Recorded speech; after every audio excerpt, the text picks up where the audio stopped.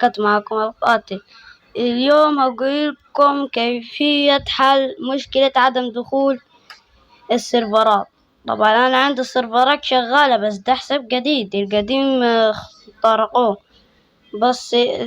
بس هقولكم الحل. أول حاجة تدخل على 3 نقط، تاني حاجة تنزلوا لتحت تدوسوا على ستينج، وبعدها تالت حاجة برنت كنترولز.